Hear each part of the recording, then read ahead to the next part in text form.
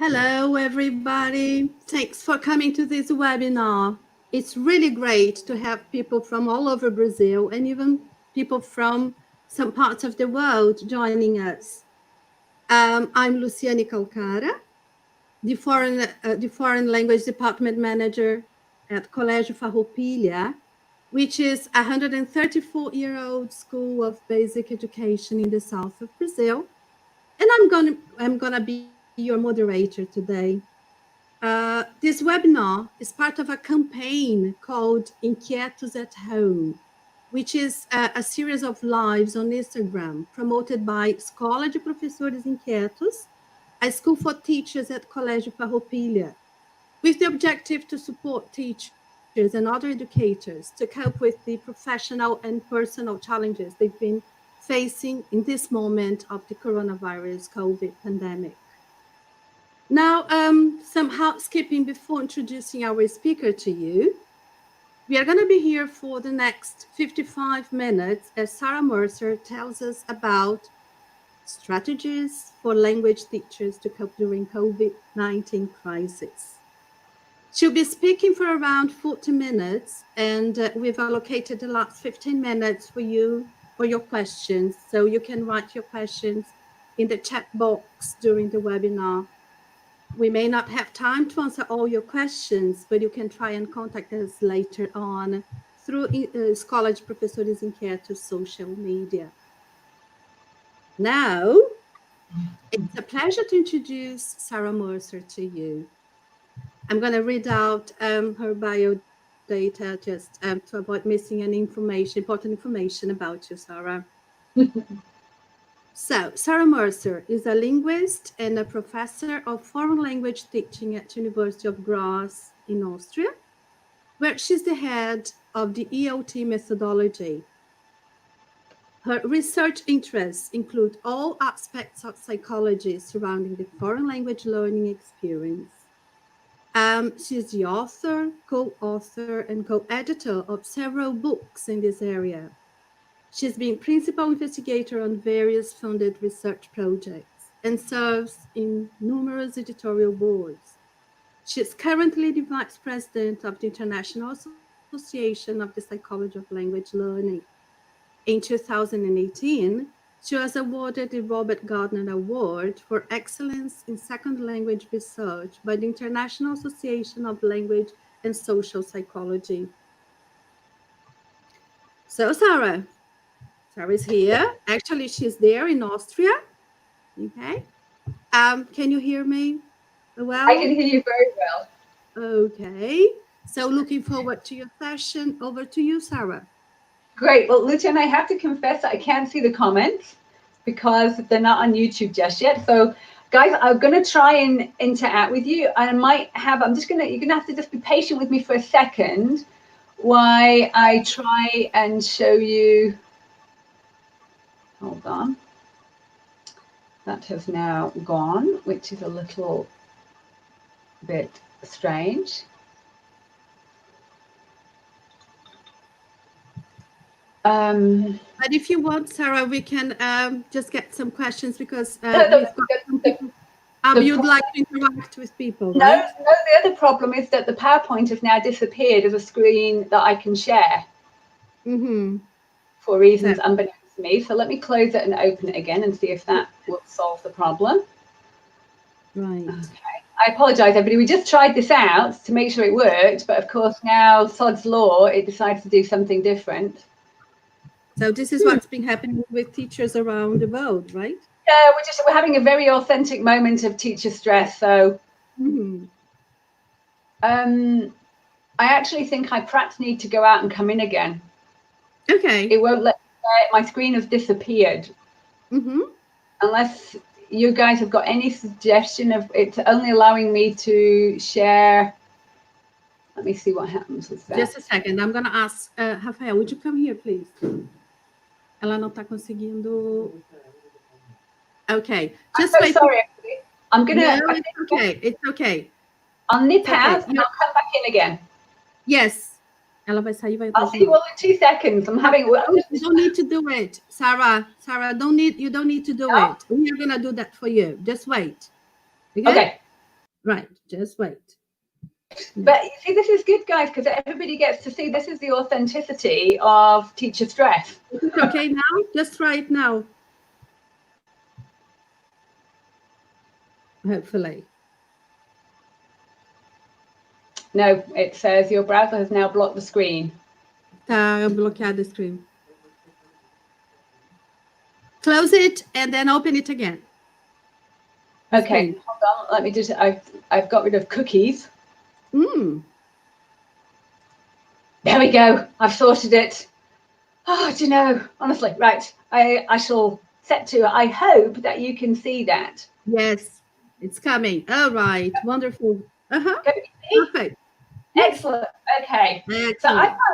I can't see you and I can't see the comment boxes. So I apologize for this. I'm going to let you guys chat a little bit with each other. I can't chat with you until the end, but I'll sort of know that you're there. And Luciana, if you want to sort of butt in and talk over me in between, if you've got things to say, then that's no problem at all. Okay. Right. Thank you so much for asking me to join you. I really appreciate it. I've got to tell you all that it's quite ironic that I should have been coming to Brazil this summer. And so this is as near as I'm going to get to Brazil this year, but I'm hoping to make it there next year instead. Obviously, we're talking about the pandemic crisis, and that's one of the reasons that Luciana was so kind enough to ask me to come and talk with you. One of the things that we have to accept is that everybody's mental health and levels of anxiety are being affected by this crisis. So you're not on your own, most definitely not. The crisis generally is like the dictionary definition of trauma. It's very stressful. It's the uncertainty. All the things that are familiar to us have been upended. It is perfectly normal to find this a stressful and anxious time. Not even talking about work now, just talking about the situation globally at the moment generally. But how everybody deals with that and how everybody experiences it is very individual. So it's not, there's not sort of one way you have to do that. And one of the things I wouldn't want you to do today is I wouldn't want you to leave today's webinar thinking I should do this or I should feel this. There's no sense of should about this. One of my, Elaine Horvitz used to say, don't should teachers. So there's no sense of what you should do. How you respond to this is how you feel about it, and that's very individual. There's a book by Mark Brackett, and I love the title of it, and it says, give yourself permission to feel. And I think that's really important to just say that you are allowed to experience whatever emotions you're feeling. And so one of the things that we say is we don't want to feed and foster the negative emotions, but we also don't want to deny them. They're part of what we're going through. We need to allow ourselves to feel them, to recognize them, and then to move on. I don't know how comfortable you feel doing this, and obviously I can't see, but I'm going to imagine. If you want to just write in the comment box some of the emotions that you're going through. And Luciana, if you want to maybe read them out to me, and then I can hear what they are. Okay. For the time being, not yet. Nothing yet. You don't have to share negative emotions. You can say positive ones, like you're happy to be here. You're happy to be in the webinar. Yeah. I don't know. I can't see anything as well, Sarah. Sorry. Maybe because I can see the chat here, but apparently no one has written yet. Okay, don't worry. If you don't want to, if you don't want to comment, I shall move on. So having permission to feel means acknowledging a range of different emotions. So things like anxiety, grief, stress, but also things like joy or excitement. So different types of emotions that you can feel at the moment. So some people, for example, are feeling guilty about actually enjoying certain aspects of their lives at the moment, but you shouldn't. Every emotion is valid in its space. I had a little look to try and find out about the situation in Brazil, and this was something that was done very recently about, this was just at the end of April, and people were asked what their concerns were. And in Brazil, as you will see, the concerns were highest for mental health and mental well-being. So globally speaking, Brazil came out top. So in some ways, I think the positive interpretation of that is that people are recognizing and willing to talk about mental health. But it also is then a concern that this is then an issue that people are addressing or people are feeling at the moment. This, I think, is a useful way of understanding mental well-being. It's really a continuum from, mental health is something that affects everybody, and we fluctuate along this continuum from sometimes being in peak health and peak mental health, and sometimes we have dips and sometimes things are a little bit more difficult. And it's okay to have those ups and downs. That's part of being alive. That's part of life. So there's not, one of the things I don't want to do today is give this sort of rose-colored vision that you go away and everything's supposed to be over cheery and over positive. That's not a realistic view, and that's not what I'm trying to suggest. I did try, and maybe somebody in the chat box can help me here, is I did try to find a mental health charity in Brazil, but struggled to find one that was available online that exists. I'm sure they are, and you probably know better than me. I picked two here, one in the States and one in the UK, that have fantastic online resources if you want to find out more. What I want to say is that if you are feeling particularly fragile at the moment, or you're feeling particularly vulnerable, do reach out for support. It is okay to need help, particularly at the moment, but at any time. And I think in the profession and in teaching, we've been a little bit slow to be willing to talk about mental health issues and about well-being. So please do feel free to reach out to others and use resources to find support if you feel that you need it. Okay, so why have I been talking? Sorry. Can you see some of the there? I'm sorry, I didn't hear that. Can you say again? Can you see some of the comments I've put there for you? I can't see the comment box at all. I can only see my screen. That's the problem. Okay. So the good thing is I can't see myself either, which is a good thing. But okay, I can't see. The only thing I can see is my PowerPoint slides, unfortunately. So I can't see anything else. Does that make sense? Sarah, we won't be able to see any comments, just through YouTube. Can you get your YouTube? I had YouTube open, but it's not there. It's just black screen still. Because there are loads of comments there. When I go to YouTube, people have been saying some of the feelings they've got: excitement, sadness, anxiety, uncertainty. Yeah. Excitement again. So yes, so different. So we've been doing research with teachers. We've got teachers in Chile, in America, in Italy and Austria. We've also been doing a big survey that, in fact, some of you may have taken part in. And different phases of the crisis elicit all kinds of different emotions, and you go through the whole gamut of emotions, the whole range of emotions. I mean, it's been interesting also for me to reflect when I've been talking with teachers about my own emotions, because of course, like you, I was thrown into online teaching overnight, and I hadn't ever taught online before, and literally I had 24 hours to put all my teaching online. And we've stayed online for the whole semester, including our exams now. So it's a huge adjustment. And that is a bit of a emotional roller coaster of adrenaline rush at the beginning and the excitement of getting it all done and being proud of seeing things working. And then after a couple of weeks, starting to think, oh gosh, this is taking its toll. So I think that roller coaster of emotions is very much part of it. So why do I think teacher wellbeing is so important? I've argued this in a lot of places, and this has become really important to me. It started by recognizing that we were talking about learner wellbeing, which I was really excited about to see that became a focus of attention. But we weren't talking as much about teacher wellbeing, and this struck me as really strange when you understand what a massive impact teachers have on their learners. So quite honestly, teachers deserve it. So talking about teacher wellbeing is because everybody has the right to wellbeing. The World Health Organization see well-being is a basic right for everybody. So why would teachers be exempt? But actually we find that teachers with higher levels of well-being, they teach better, they have better relationships inside and outside of the classroom, so also with colleagues and with their learners. They teach more creatively, so they tend to be willing to take more risks, try out new things, feel a little bit more creative, and their learners are more successful. So we actually see that learner achievement and scores are actually higher when teachers have high well-being. And this is fundamentally because teacher and learner wellbeing are two sides of the same coin. They're related, they're the same, they're connected. Luciana reminded me of something that I've spoken about before, is that you talk about on the plane when they say, you know, put your oxygen mask on. And they say, put your oxygen mask on first before you turn to help children and other people who may need your assistance. And that is such an important notion for well-being, that if you're not dealing with your own well-being, if you're not enjoying well-being as a teacher, how can you be expected to help your learners with their well-being? So you have to start with you first. And maybe particularly because teaching is such an other-oriented profession, we tend to feel guilty about looking after ourselves and talking about our well-being. And I think we've been sort of conditioned to think very much about the learners, which we always will, but we need to start thinking about us first and foremost and not feel guilty about doing that. That's part of just good practice. This is my little commercial interval, and then I promise not to talk about it anymore.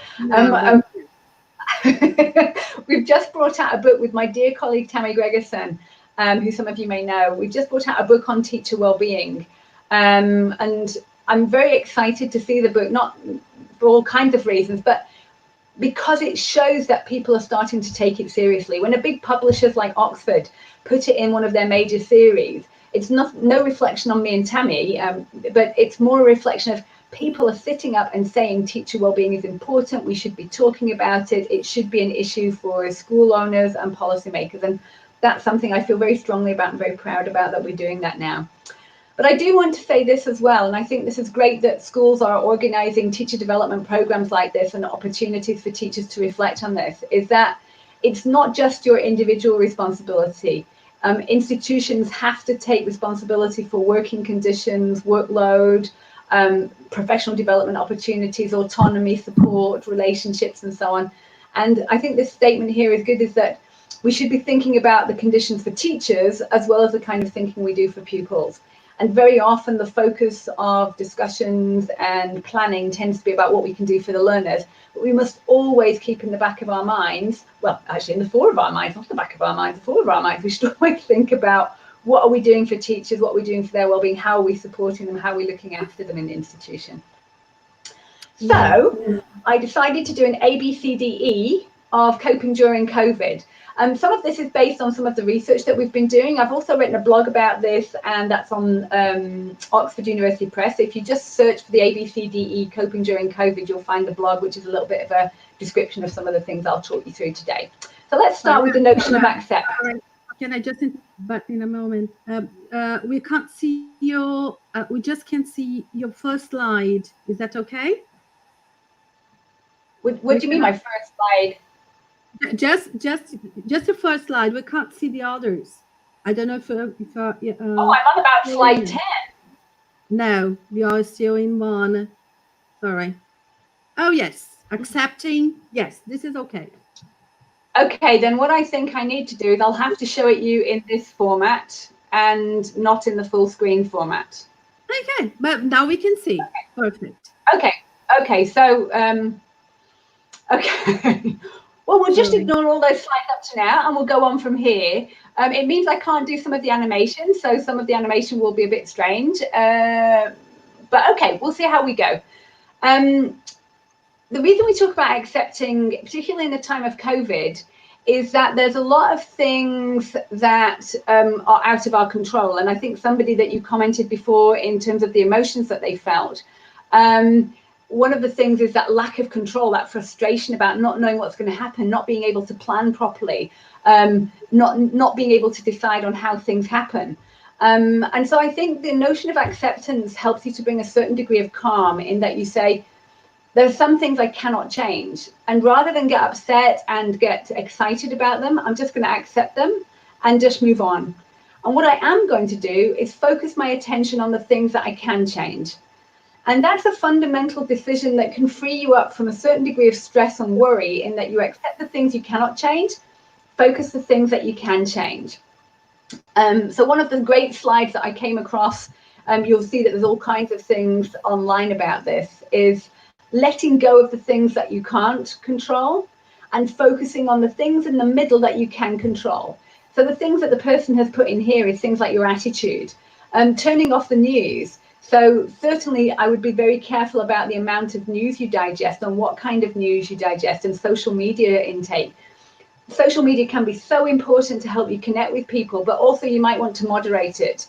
I found that at the beginning of the crisis, when we went into lockdown, I was watching the news sort of 3 times a day, and I soon discovered it was just too much for me, and I needed to just have a little bit of normality and think about other things for a change. So monitoring your social media, monitoring the news, things that you choose to devote your attention to.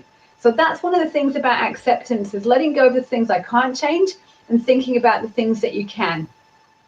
This is a bit of a gig, and I've done this before, is asking people what you see in the box. And obviously I can't see what you're going to say, but some people talk about the blue dot, or they talked about the square. And of course, one of the other things that you can talk about is you can talk about the white space. And in other words, you get what you focus on. If you focus on the negative things, you're going to feel more negativity. If you focus your attention on more positive things, you will feel more positivity.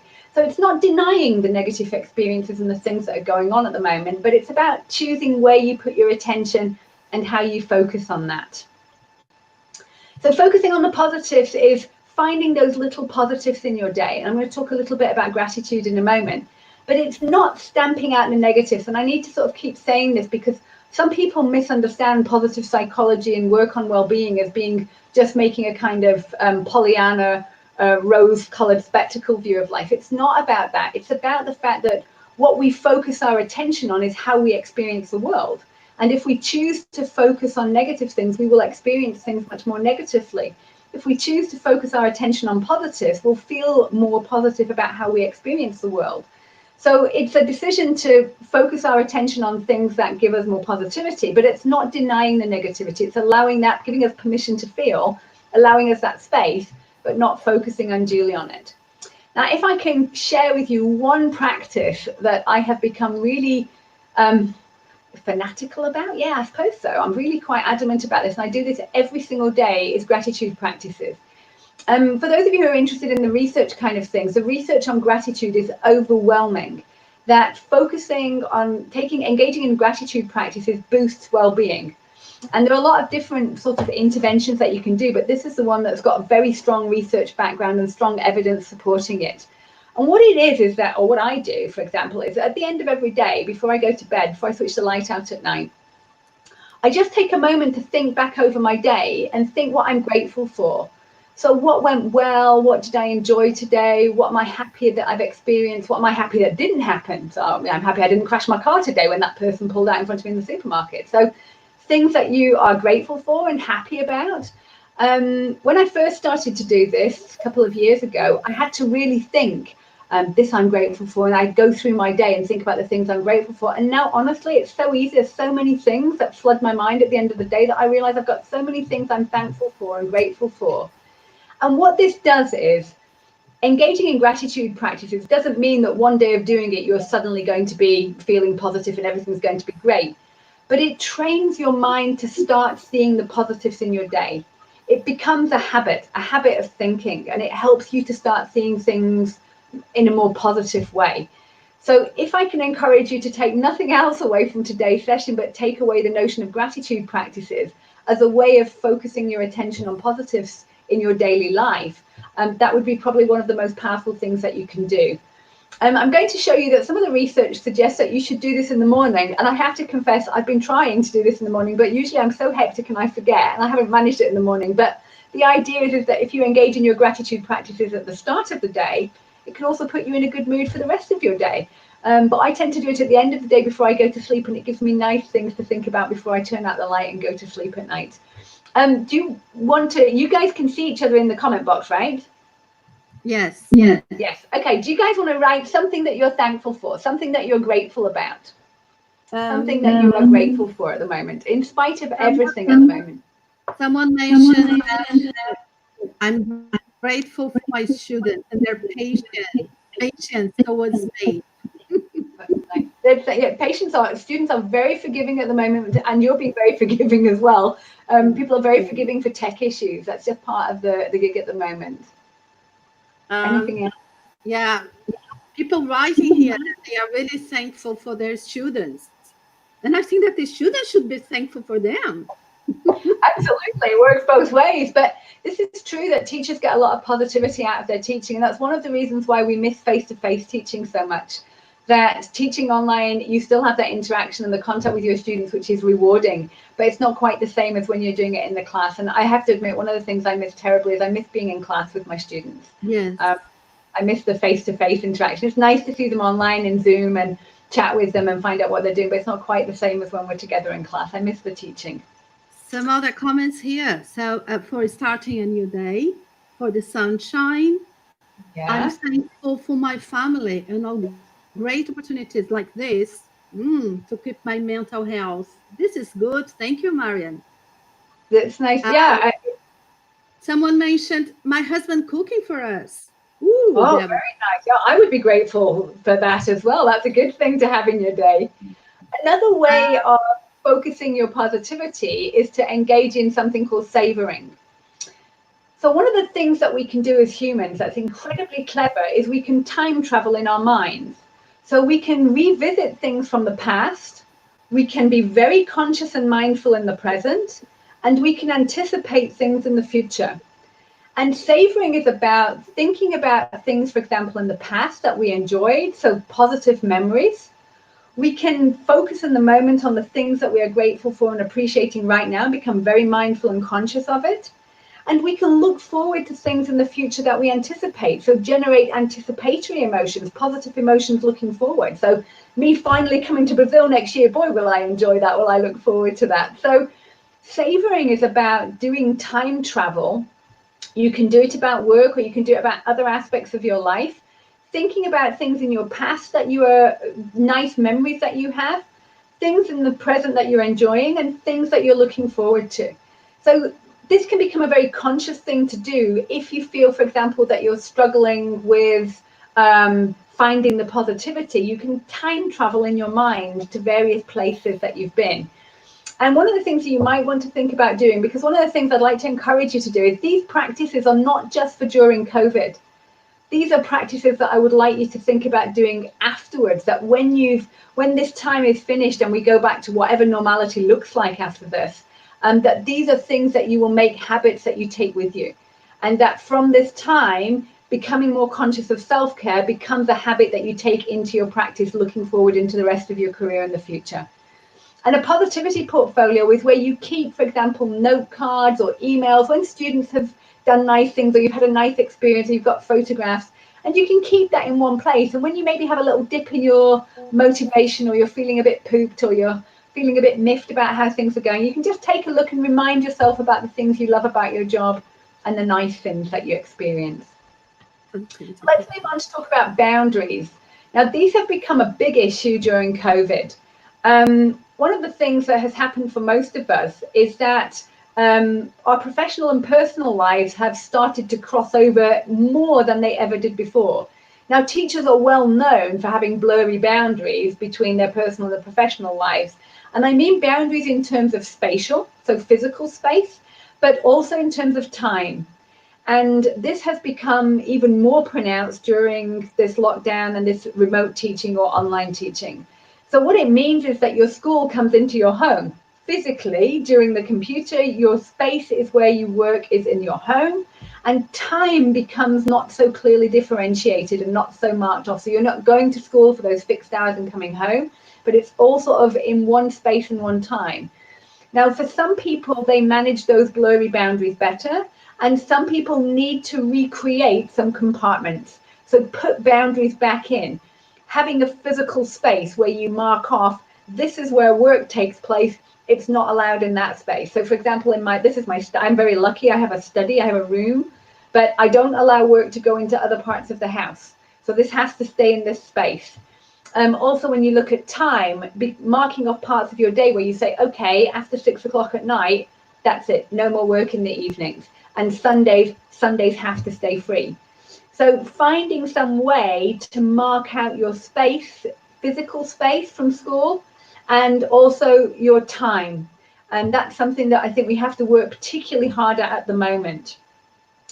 Obviously, I haven't got the animation, so I can't let you think about this, but if you have a look, and I'll just let you read it for a second. I'll just let you read.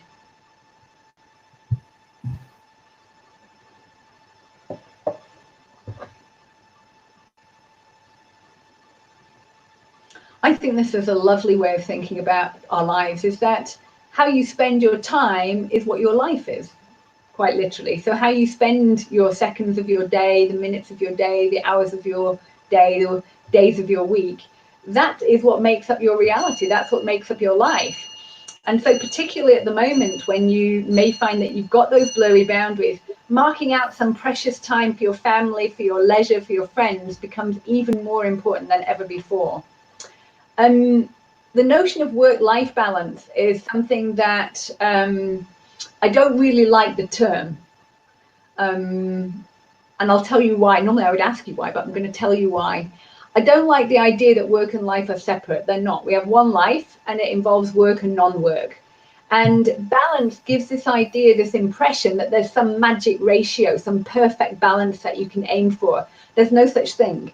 Everybody is different. Everybody needs different amounts of work and non-work in their life, and everybody's got different issues to synthesize. So, for example, some people have got small children, some people have got older parents to care for, some people want to work on some extra studying they're doing. So people have got different issues. So there is no one magic way of doing this. I like the word that Claire Fox uses. She talks about symbiosis. And I think that's a lovely way of looking at how in our one life, we bring together the work and the non-work things. How do we find a way to make those kind of marry up nicely together?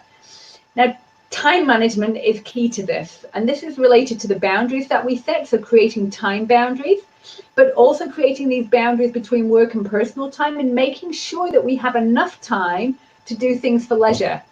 So this is one of the weird things about time management, is time management has been a little bit misunderstood in that some people think this allows you to do more work and work even harder if you're even more efficient. And that's kind of not the point of time management. Time management is about working more efficiently so you have more time for leisure. Not that you work more, but that you work more efficiently, and it allows you to have more time for leisure. Parkinson's law is important for teachers because it tends to apply particularly to lesson planning. I don't know about you, but at the moment my lesson planning is sort of mushroomed into this monster because I'm having to think about things in a different way for online teaching than I ever thought about in class, and I don't have the experience, quite honestly, to think about this quite so quickly. Parkinson's law is that when you have, if you say to yourself, okay, I realistically need 2 hours to do this task, I'm going to give myself 2 hours, you'll get it done in 2 hours. If you say, oh, I've got all morning to do this, I'll get it done by lunchtime, it will take you all morning. So we start to talk about ways of time boxing, is working out how long we should take for something and setting boundaries on that. Do people want to comment on their favorite time management strategies? If people want to write in the comment box, because often I find I get great ideas from you, and maybe you can share ideas with each other about how do you manage your time? How do you create boundaries and get things done? What strategies do you have? All teachers I know have strategies for time management. Let's see. I mean, I'm just waiting for. Meanwhile, I just yeah. What about you, Luciana? Do you have a time management strategy?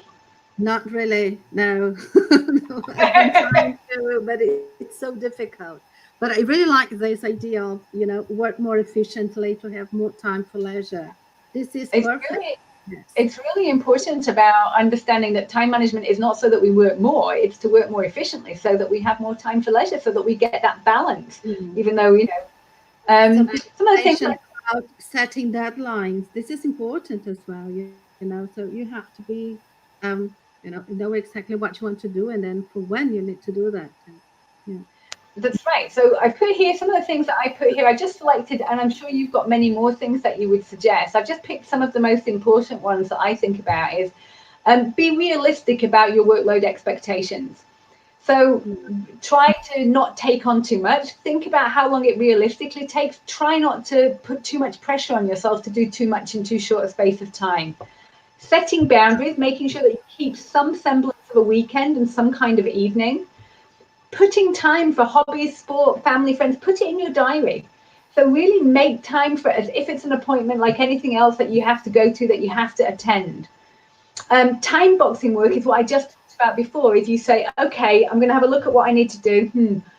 Probably going to take me about 2 hours. Right, I'm going to make 2 hours time for that, and it can't take any longer. And you will be amazed you get it done in those 2 hours. You really focus.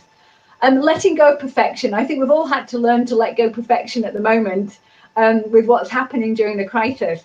But letting go of perfection, teachers do have a tendency to be perfectionists, and it's not healthy. There's a point at which you say, okay, perfectionism is good in the sense that it motivates you to do the best you can, but you have to know that point at which you say, you know what, it's good enough. It's not perfect, but it's good enough for what I need. And you're able to let go of that kind of perfection. Learning to say no. That's a classic from me. I'm the last person who should be allowed to talk about this. But learning to say no, this is one thing that really helps me, is if I think learning to say no to one thing allows me to say yes to something else. So it's about thinking about your priorities. Saying no to certain things frees up time and thinking to allow you to say yes to other things. So think about your priorities, think what's important to you, and you don't have to say it unkindly, but sometimes we need to say no to things to give ourselves a little bit more time and space. Someone here just,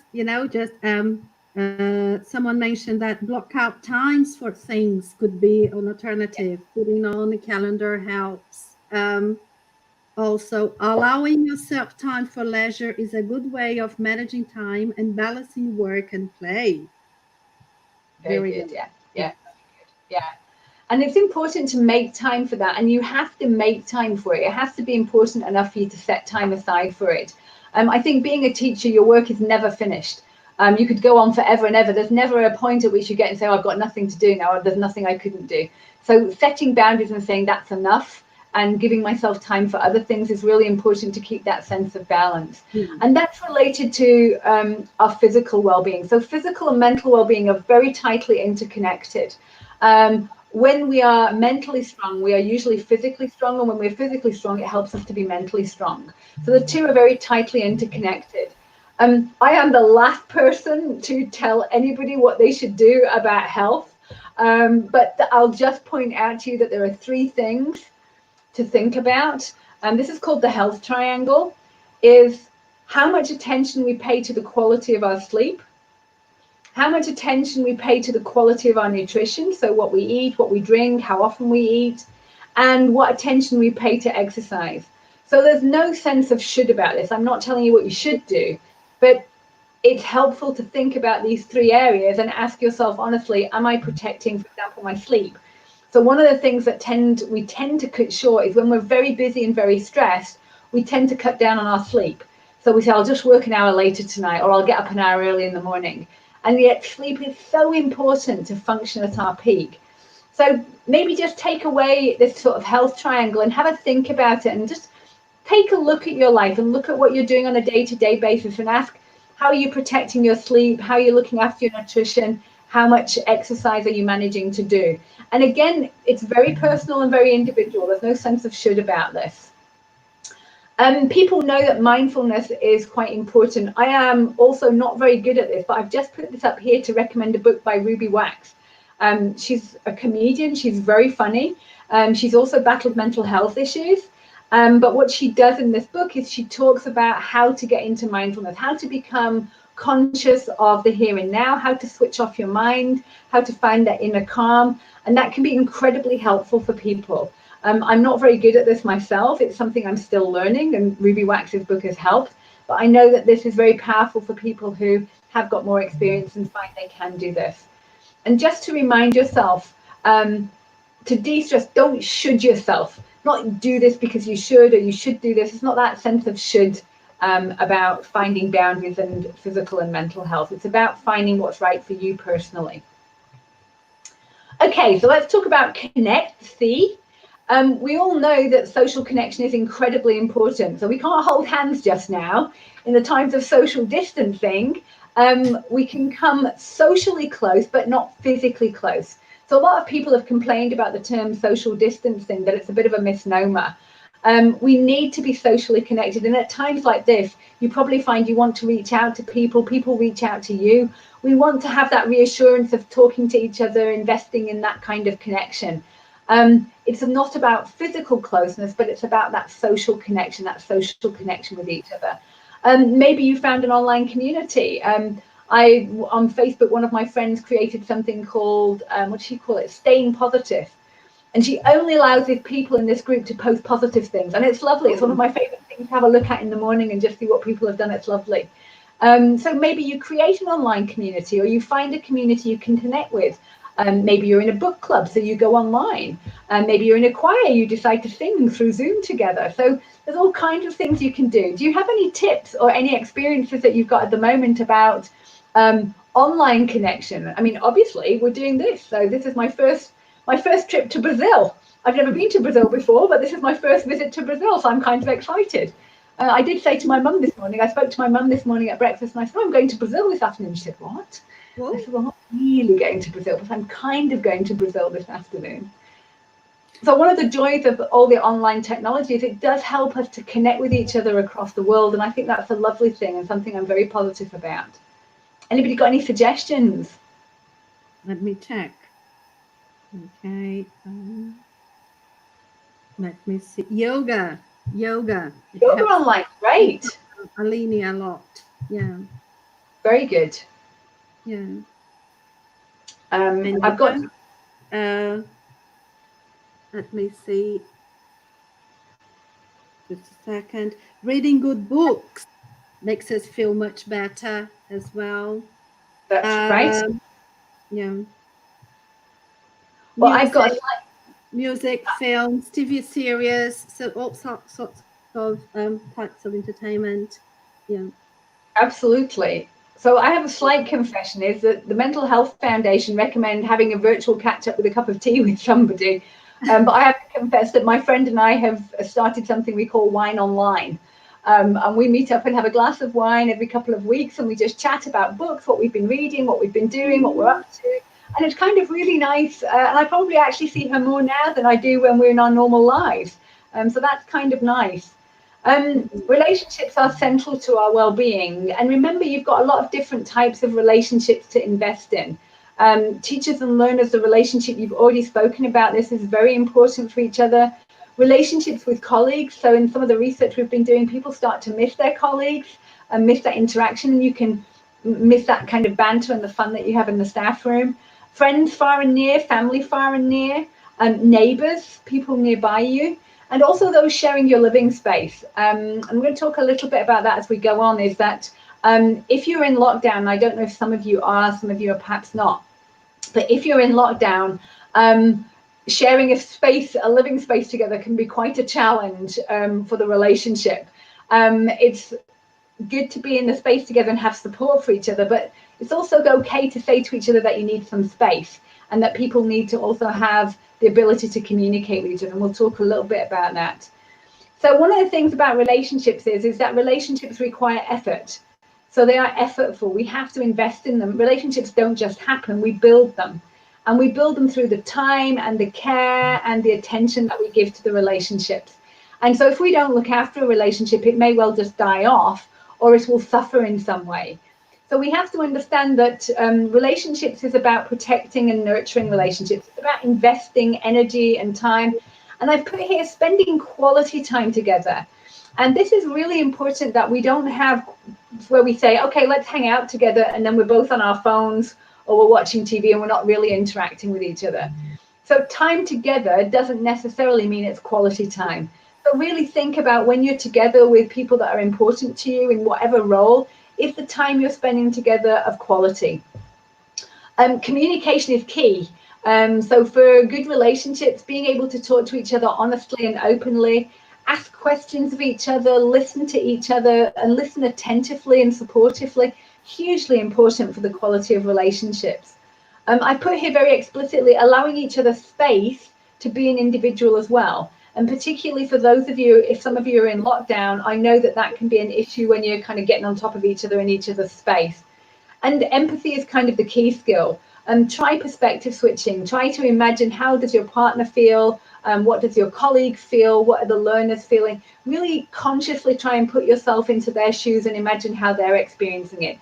And that helps us to be a little bit more tolerant sometimes, a little bit more understanding, and a little bit more patient with each other when we are engaged in our relationships. And this is one of my favorite for teachers, because I think it applies to all of us. And obviously I'm talking more than I normally would now, but communication is key. And I love this. We have 2 ears and 1 mouth so that we can listen twice as much as we can speak. And one of the keys for a good relationship is the ability to listen to somebody else, to let them speak, to let them share their ideas, to let them share their concerns, and really give them that space to listen and listen appreciatively. Okay, how am I doing for time? Right. Oh, sorry. Go ahead. Go ahead. I mean, okay. Yeah. Yes. Keep it developing. So we are all always developing throughout our whole lives. We never stop. And particularly in teaching, for me, this is one of the greatest joys, is I never stop learning. I always learn something new. I find that I'm always trying out new things. To feel confident in our well-being, we need to look at, yes, I can. So what are the things we're good at? And everybody is good at something.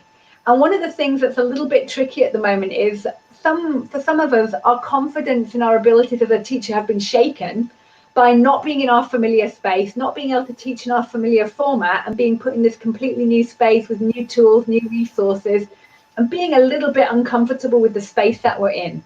And what I want to encourage you to do is remind yourself of your strengths. You have strengths. There's stuff that you're good at. Self-compassion, be kind to yourself. Don't be so self-critical. Think about how you would talk to a learner who's struggling. So if you've got a learner who's struggling, who's finding something difficult, think how kind you would be to them and how encouraging you would be about their learning curve. Be as kind to yourself. We're all going through a steep learning curve. And I think what teachers are doing at the moment is absolutely awesome. This is a great quote. I'm just going to let you read it.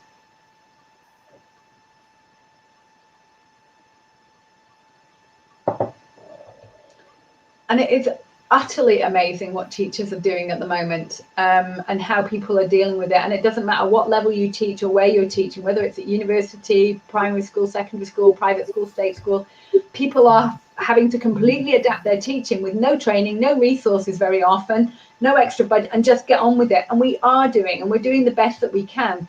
And I think that makes teachers fantastic and awesome. And I hope, deeply hope, that when this period of time has passed and we look back, that people will be proud of how teachers dealt with this, and that will raise the status of teachers in all kinds of countries and settings, because people say teachers were key workers, they dealt with a really difficult situation and they did the best they could and they did a great job. And that we all can be extremely proud of what we're doing right now. And we're all junior teachers again. We're all learners. So let go of the perfection and enjoy the learning. Don't worry that this is not perfect. Try to look at it as an opportunity to develop, to grow, to try new things. Don't feel judged. Don't be worrying about the imperfection. Just lean into it as an experience and something that when this is all over, you'll have a whole new set of competences that we didn't have before. But what I do want you to do right now in the comment box, and this is something that sometimes we get a little bit shy about, saying what we're good at because it feels a little bit showy, but I want to encourage you to focus on your positives. Write in the comment box, please, everybody, what is it that you're good at? What is your strength as a teacher? What are you great at as a teacher? And I know that you're great at stuff. Everybody is. Everybody's got stuff they're good at. Share with us what you're great at and don't feel shy. Let me. What about you, Luciana? What are you good at? Yes, I was thinking about myself. So I think that I'm good at reflecting. Right. So I cannot promise I'll do it right, but I do promise I'll reflect upon, That's anything good. I do. That's good. Yeah. I don't think that's a right and wrong to reflect. Some people, my good sense of humor. Humor is very important, and it's very important right now. Communication, creativity. Yeah, we need to be creative nowadays, otherwise, yeah. And you, Sarah, what is your strength as a teacher? I suppose my strength is enjoying. I enjoy the interaction with learners. I enjoy the humor and I enjoy the personal relationship building with learners. I like to know them as people, and I think, I hope that makes me a more sensitive teacher to my students. They might tell you something completely different. In fact, they probably would. A lot of people mentioned flexibility. Yes, we're all. Someone said that she's very empathy is another characteristic. Be social and helpful. Colleagues. Nice. Someone mentioned colleagues. Wonderful. Yeah, having good colleagues or being able to relate to colleagues well is really important. It's also a good time to one of the things I found with the teachers I've been working with is that teachers are very willing to share ideas and resources at the moment. And in Austria, that was not such the norm, but people in this time have been saying, hey, I've tried this, use this, and hey, I've made these materials, see if you can use them. And that's fantastic at the moment, is to see people sharing resources and supporting each other in this way. And this is willing to share, willing to learn, kindness. Oh, lots of, wonderful. Nice. And I'm glad you can remember those positive things about yourself as a teacher. Don't lose sight of it at the moment in worrying about what you're not doing perfectly. Focus on the things that you know you do well. You can still do those. You're still part of who you are as a teacher. So don't lose sight of those. And I like this quote here that we're talking obviously about flattening the curves and so on. And I think it also involves lowering the bar and prioritizing well-being above productivity. And I think we need to do that at the moment, is let go our perfection with the teaching, look after our well-being, and it will help us to teach better ultimately. One of the things that we got out of this period, this notion of developing, is thinking about things that you will have learned that you take with you. So I've learned all kinds of tools and things and resources. I've also learned about myself as a teacher. I've learned about learners. I've noticed that some learners actually are doing better in this environment than they would in the class. And so that's caused me to reflect on all kinds of things about how I interact with individual learners. And when you have, what do you want to take with you from this time? Not just about your teaching, but I'm hoping that you'll take things like well-being habits, self-care habits with you. I'm just going to let you read that because that's just lovely.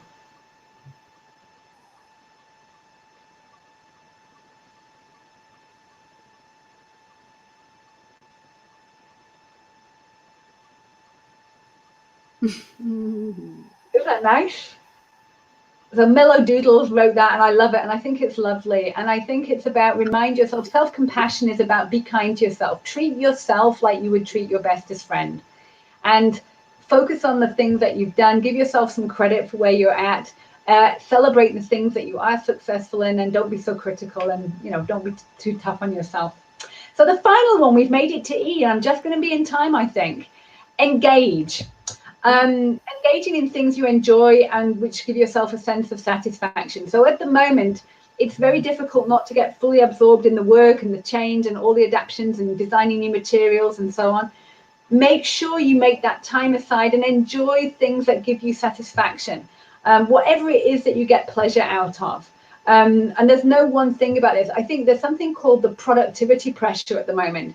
You don't have to produce anything. You don't have to create or bake unless you want to. So do the things that give you pleasure, that you get satisfaction from. Engage also is about engaging in the work that we do. A lot of people have talked about that.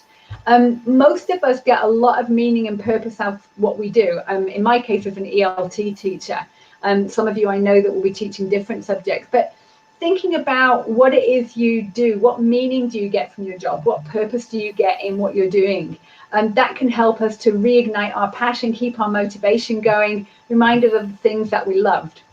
And I'm going to show you this. I think this is fantastic. When President Kennedy visited NASA and asked the janitor what his role was, he allegedly replied, "To put a man on the moon, sir." And the reason this quote is used a lot is that this janitor didn't see his role just on the level of keeping the offices clean and tidy and neat. He was part of the big picture. He was contributing to putting a man on the moon. And that's what I want to encourage you to do in teaching. Think about sometimes the big picture of what we're doing. Educators have this enormous contribution to society, to the planet, to future generations, to making a difference to society.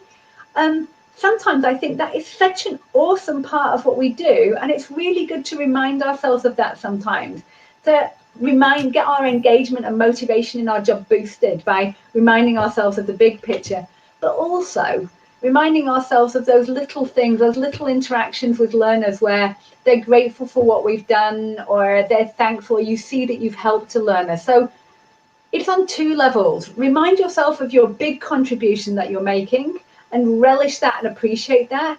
And also notice the little day-to-day things that you achieve and that you do, and the difference that you're making to people's lives, whether it's your learners, but also your colleagues and your friends and your family. You being here makes a difference to others, and celebrate that and focus on that as well. So revisiting your motivation, to keep your motivations up, remind yourself why you became a teacher, give you a chance to re-engage with that. Remind yourself what you love about your job, keep focusing on that as well. There are always going to be things to complain about. And you know what? Sometimes it's healthy to have a good whinge and complain with a friend and get it off your chest, but then let it go. So we don't fall into that negative spiral of complaining, but that we have a good complain, have a good whinge with a friend over a cup of tea and say, right. And then you move on and focus back again on those things that you love about your job. And remind yourself why you stay in the profession. There are sometimes very practical, pragmatic reasons, and they're perfectly okay as well. But you often get a lot of satisfaction. A lot of you have talked today about your relationships with learners, the positivity you get out of that interaction. Remind yourself of those on the moments that you're having a bit of a dip in motivation. And also, don't forget to simply rest. Find the time to disengage, find the time to be unavailable. One of the things that's been a little bit of a peril for me is that I'm constantly available for my learners, and they're constantly asking me things, and I'm always there, and I'm answering emails at all times of day. And so sometimes I have to just switch off and disconnect and say, I'm not actually available just right now. I'm having a couple of hours off, or I'm having a day off. I'm not available now. So don't forget that you engage and get positivity from your job, but we sometimes need to disengage. If you're interested in the research, there's something called detachment. And the research shows that people who are able to fully detach from work, so fully switch off and go away from their work, actually recover, are stronger, and have higher well-being in their professional roles as well. So to conclude, many people now realize just how tough it is to be a teacher, but we also realize how irreplaceable and essential teachers are. And you're doing a fantastic job. I know that this is a difficult time for everybody, not just with the online remote teaching and the schools being closed, but also the whole situation of the pandemic. And you're doing a fantastic job. For me, this is the key statement. The most important instructional resource will always be the teacher, not the technology or the activities or the programs, it's the teacher. And so we have to put the teacher and their well-being at the heart of education. And it's okay for you to do that. You should be doing that. For me, it's part of good professional practice to put teacher well-being high on the agenda, look after yourself, and then you will be able to be the best teacher you can possibly be. And if you take anything away from this time, I'd like us to trigger a self-care revolution in education among teachers. Teachers have some of the lowest rates of well-being. We want to boost that. We want to develop good self-care habits during the crisis and keep those habits afterwards so that we can be the best that we possibly can be. I put a summary there for you. Accept, focus on the things that you can change, let go of the things you can't. That means focusing as well on the positivity. Boundaries, set boundaries and make time for leisure, friends and family. Connect, invest in rewarding relationships, but also let go toxic relationships. Focus on those that give you positivity. Developing, be kind to yourself, don't be too self-critical, lean into the learning, try to enjoy that side of things, and engage in things that give you pleasure, so that you can get a lot of fun and excitement and enjoyment out of things that you do. Thank you so very much for taking time to talk with me. Oh, Sarah, thank you. That was fabulous. Really, I'm so enchanted. Whenever I listen to you, it's